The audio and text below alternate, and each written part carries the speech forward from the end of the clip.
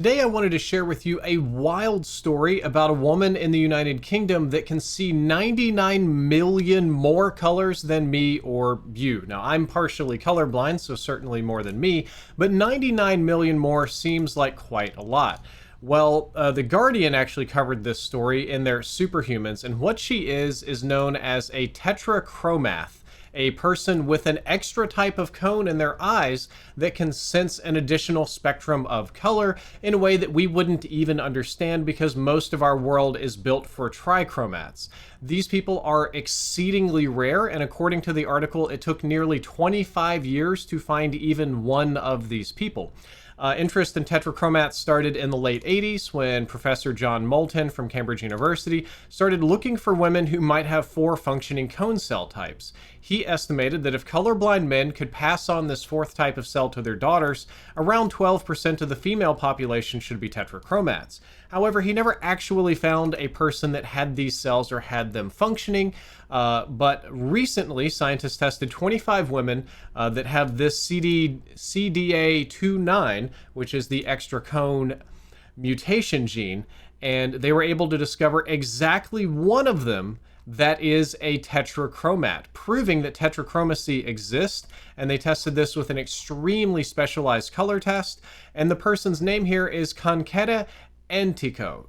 She was described as being unusual and quirky right out of the box as a kid, seeing the world in a different way. And it shouldn't be surprising that after finishing university, she moved to the United States, where she became an artist and art teacher, developing her own unique style of colorful landscapes and flora and fauna. And apparently her art is often very colorful, and she sees things in ways that we just don't at a fundamental level, thus technically making this woman superhuman. What's interesting is that you can't even test for this type of disorder on a normal PC because the PC is RGB. We don't have they had to build like a whole special separate machine just to test that extra cone. So I think this is a very cool story. It's not necessarily a new one. It's just very, very cool to me. And as a guy who's colorblind, I wish I could see 99 million colors. A mining company CEO in Australia wants to hold his employees captive and aims to even prevent staff from leaving the office to go get coffee, wanting to put everything in the office, keep everybody there working all day, and end work from home. This is completely wild, and we're going to talk about his bizarre claims and why he wants to hold his employees captive. But before we get in, I just want to point out that I personally think this is a big distraction, and the CEO is taking a personal L so that nobody pays attention to the fact that his company, Mineral Resources ADR, is down a little bit over 40% for the year and trending toward a 50% loss this year. So maybe he needs to do something embarrassing to take the heat off of himself. They've already banned work from home entirely. They don't want that. They don't want flexible working, said we cannot afford to go down the path of flexible working. Says I want to hold them captive all day long. I don't want them leaving the building. I don't want them walking down the road for a cup of coffee. We kind of figured out a few years ago how much that cost, which is absolutely insane. He got paid a little bit over $6 million last year, but his employees can't go get a cup of coffee on their free time. It's an $8 billion company, about 5,600 people, works in mining, which is not exactly a clean or ethical industry in most cases, though I'm not going to say that I confess to know a great deal about this particular company. They have a no work from home policy, and he says, I wish everyone else would get on board with that. The sooner the better. The industry can't afford it, which is nonsense because a lot of people in the office working more white collar jobs absolutely can work from home just fine. Says we can't have people working 3 days and then picking up 5 days a week or anything like that. The guy did talk about what they've built is a restaurant, a gym, and other facilities to keep people. And probably the most impressive one, the most fair offer that he made to his employees, is the company opened a creche, which is a fancy word for a nursery or childcare, for $20 a day, which is a lot better than the typical $180 a day that their employees would probably have to find with other providers. So that's a great value. And this is an awful quote, and it feels awful, and it makes me sick to read. But dollars to donuts, it's just a distraction to hide the stock price. A wild new study seems to indicate that your name, as in the name your parents give you, will influence your appearance as you age. So as you get older, you end up looking more and more like your name, according to new research. Now, this seems very wild. It's like marking babies, or it's kind of like how twins born apart will marry wives that have the same name and give their children the same name, even though they never met each other. It's one of those kind of stories that relies on correlation, and it's not a hard and fast rule, but it is fascinating because what scientists decided to do is to test whether people could accurately match names to faces more often than would be expected by random chance. And they did this by studying 100 adults, 76 children, at least in the first study, and they tried to get the participants to match names to faces. Now, they tried to do basically the same thing in study 2, but instead of matching names to adult faces, they matched them to children's faces.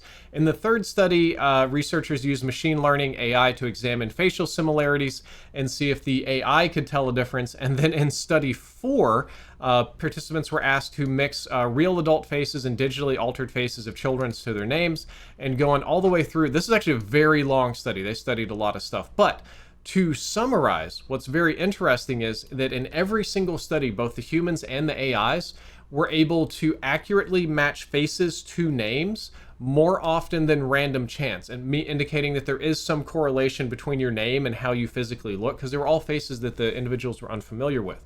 The same was true of children. Children could rate adult faces or link adult faces with their names more accurately than random chance, but uniquely, neither group, not the AI, the humans, or the kiddos, could match kids' names to kids' faces better than random chance, indicating that your name and the social expectations and influences based on your name actually cause you to change your appearance as you grow up. Almost like a self-fulfilling prophecy of some kind. I think this is fascinating.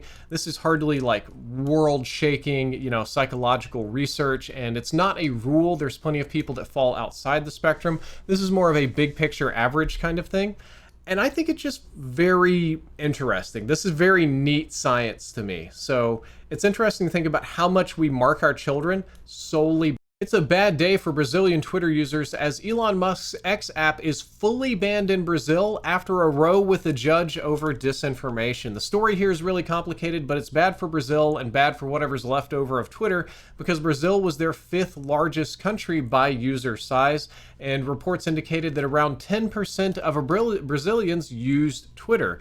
Now, this story is pretty wild. Of course, we have the evil, gloomy Elon over here, and then the concerned one in the Associated Press article. A lot of this has to do with Elon feuding with a judge, their equivalent of a Supreme Court judge or justice. And I'm going to try to summarize as best I possibly can. Brazil has different laws about freedom of speech compared to the United States. And one of the laws that they passed recently after an attempted takeover of their government was one designed to fight misinformation. It sort of criminalizes misinformation.